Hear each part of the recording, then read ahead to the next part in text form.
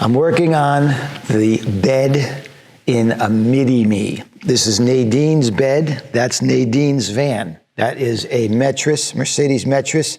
That's a short wheelbase passenger van. This is the bed, 80-20 bed that goes in the van. And as you can see, it houses all of what I call our physical plant.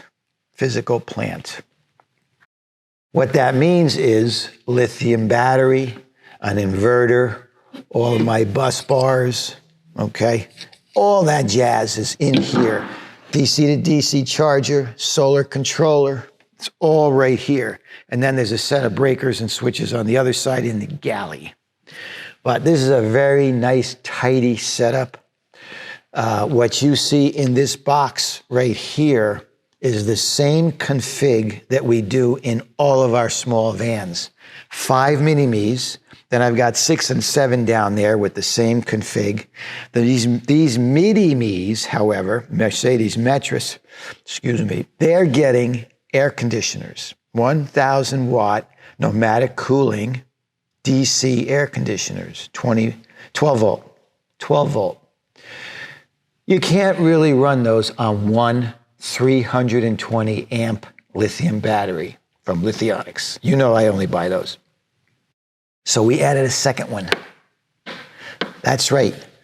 These 2 mini-me's are going out with 640 amp hours of lithium, 12 volt, 320, 320. Incredible. But we needed this kind of power to run those air conditioners for any length of time. Even though they are the pneumatic cooling. Pneumatic cooling, I think, once those things get up and running, it's probably a sustained 45 amps that we're talking about burning. So it's not terrible, but you want to do it right. You want to live comfortably. You don't want to worry too much about power management. Do this up front. So what we decided, as I said, this is our normal config for all of the minis. Once you add a battery, we started to talk about that. Well, do we slide this stuff down and do we insert that battery right next to this one and do a nice, tidy, short, parallel connection? No, because that changes everything. We've got drawers over here. We've got ventilation. We've got buttons. We've got breaker panels. This has been set. It has been tested. It has been proven. We have a DC to DC controller for 30 amps of charging while you drive. We have a solar controller. Everything here has been proven and tested. Fuse for the inverter. I make my own bus bars. See that copper bus bar? I make those in-house. And the funny thing about these, they're both made from Blue Sea. These are 2 Blue Sea products, and they are meant to be connected in this manner, but they don't sit on the same plane. I don't know about the planning. So what we had to do is we had to make a little standoff. If I get it in one hand, we made these little standoffs under this one. And what that does is it brings us up to the same level as the bus bar. Can you imagine? Same company. These things are meant to work together, but we have to add this in to make it work together. It's amazing. Anyway, we got this all worked out. Proven. I got 5 mini-me's out in the field. They're driving all over the country. And some of these mini-me's are getting together and traveling as a little group. How much fun is that? Right now, what you caught me doing, well, I'm going to ask you, what am I doing? What am I adding in right now? Drop my tool. Imagine if I was a surgeon. I drop my tool right into your belly. That wouldn't be so good. What is this? What am I putting together here? You know. Okay, you see that? What are we working on? We're going to leave a little bit of a space there. That's right. This is the reclining bed. Now, Carol, who owns the other Metris, that was her Metris I did last week's video on. She emailed me and she said, I don't know if that was my Metris you were working on, but could I have a recliner on both ends of the bed? I said, of course. So this is a set of recliners that I'm putting in up here, right? Like this. Raise the bed. So I'll just get an extra set of clicks and we'll bring it down here. Can you see this? Yeah. And I'll give her a recline at both ends. That's no problem. Most requests on these cookie cutter builds can be accommodated. You know, if you want to do a pop-up roof, no. Outdoor shower, I'm still up in the air about that. Maybe in these bigger mattresses, definitely in the Maxi-Me. That's a whole different animal. That Maxi-Me is right between the midi and the giant custom builds. So there's going to be a big jump in space, components, and price. These are entry level. How did I get off on that tangent? I'm building a thing here. I forgot what 80/20 calls this, but it's a fantastic piece of equipment to add motion to your 80/20 profiles. Isn't that great? Fully adjustable. I can adjust the tension. So there's one there. There's one here. When I get these connected, then I come across the top, connect them, put my click arms on. 80/20 is a beautiful thing. It's an erector set for grown-ups or kids in grown-up bodies. So I got these two things ready to go, right? So now I want to put in my cross piece across the top. I'm not going to measure out here because those are out at the end. They got some wonk to them. I'm going to measure down here. These are set in place. So whatever this measurement is has got to be up there because they got to remain parallel to one another. Parallel. And what I'm going to do is give you a little overage. So I'm going to go 19 and a half with this. Okay, 19 and a half. Come on. Nobody here. I'm working late. Oh, wait till you see this thing John's putting together. This is for Roxy, the Go Anywhere, Do Anything van. Wait till you see what this thing is. Again, another engineering marvel this is. All right. So all you do is set your length on the gauge, the ruler gauge. Put your piece in up to the stop. Push it closed. Lock it in.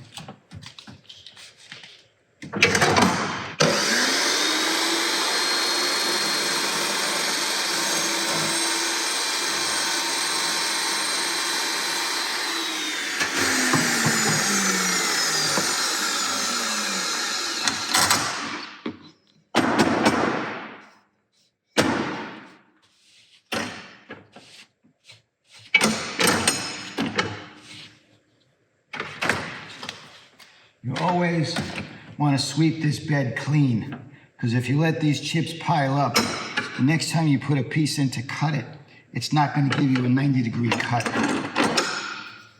How do I know that?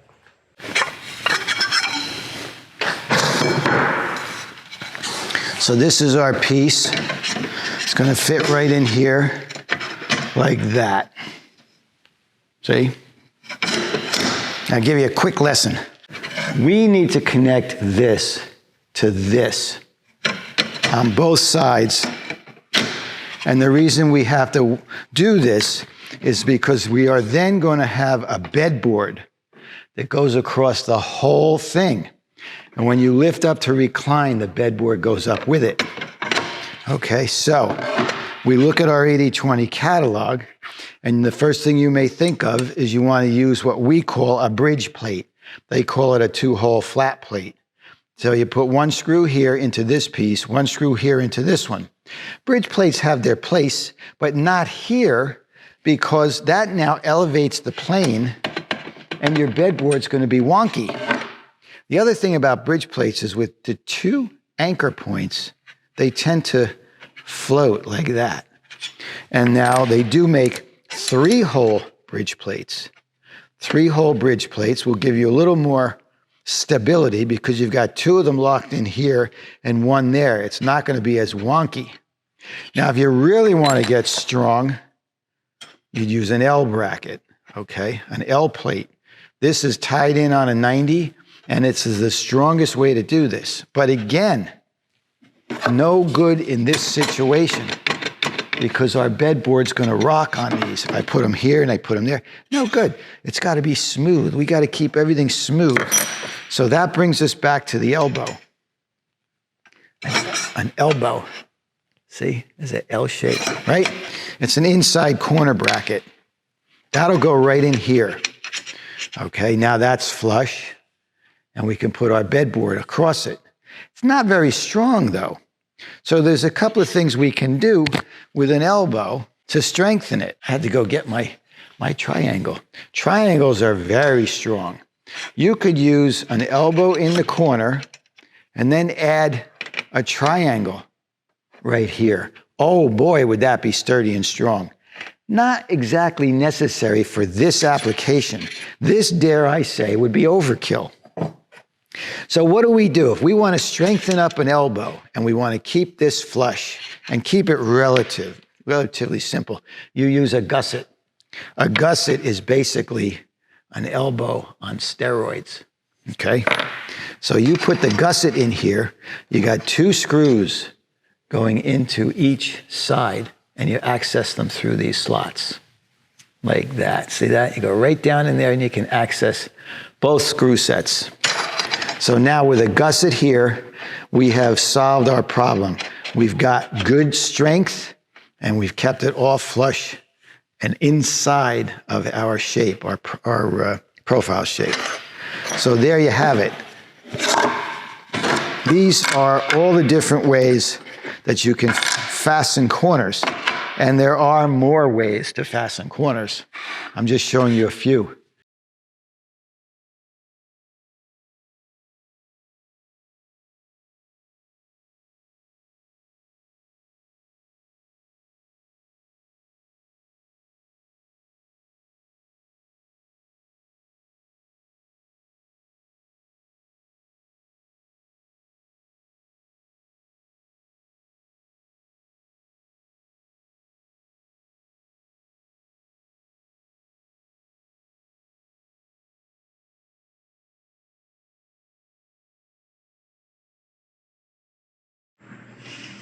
So this is a corner desk that goes up front behind the driver's seat. Driver's seat swivels around and you've got this nice desk with a window. It's a fold out, all walnut. Storage up top. There's gonna be a little light underneath that recess. You could have room for a monitor on the wall. There's cubbies underneath. There's a little spot where she can put her feet to extend. This is her finished flooring in the van and it's heated. There's a heating core underneath that floor. When you come in the van, this is what you see alongside the refrigerator. It's just gonna be beautiful. This side backs up to the refrigerator. This side backs up to the window. Look at the engineering on this to get the curves. You cut the curves, you fill them with glue. This is all done in-house. Look at that. This is a real cool piece.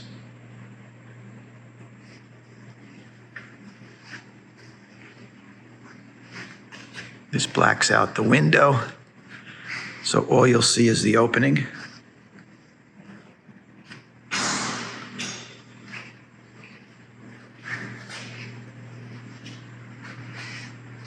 Gorgeous.